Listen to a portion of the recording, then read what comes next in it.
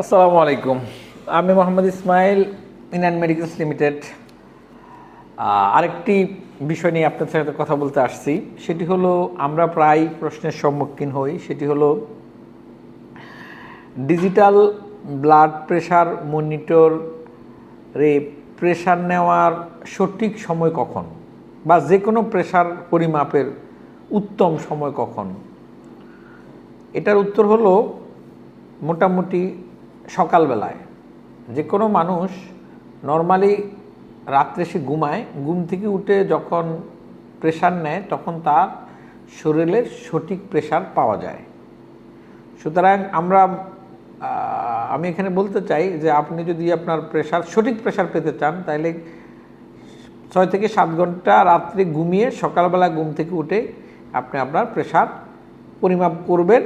তাহলে আপনি আপনার সঠিক প্রেশার জানতে পারবেন।